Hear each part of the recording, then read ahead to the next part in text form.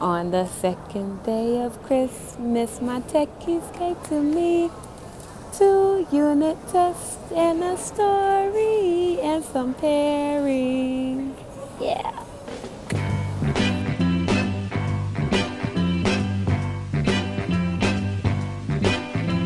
Santa Claus. When you're building your software, you have a bunch of different parts in play when it comes to your code.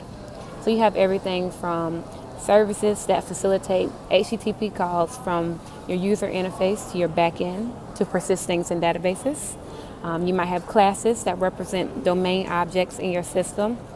You might even have queues set up to orchestrate delivering messages from one system to another. All of these things work together to build the big picture, to create your product, your app, your web app, whatever it is. Now, what you want to think about is these pieces are individual units that all have a job. So when it comes to unit testing, you can kind of infer where we're going with this.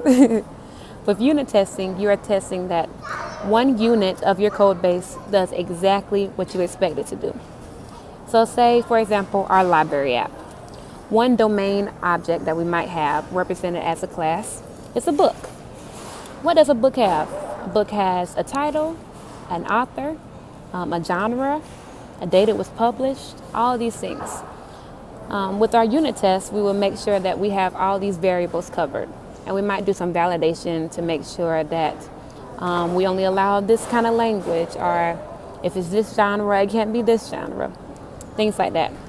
These are all things that we can automate in our test suite to say, okay, our books behave exactly how we expect. And this can be applied to any unit in your code, whether it's something like a service. You want to make sure that when you get a certain response back, you behave in this way, or that you make your right calls to a certain endpoint. All these things can be unit testing. If it does something, you can test it in isolation. So remember, unit testing is at the core of your testing.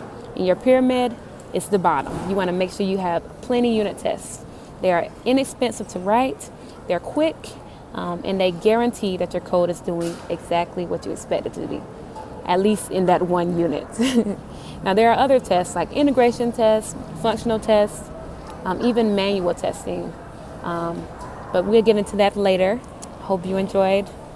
Write your unit tests and TDD them. Santa Claus, go straight to the ghetto.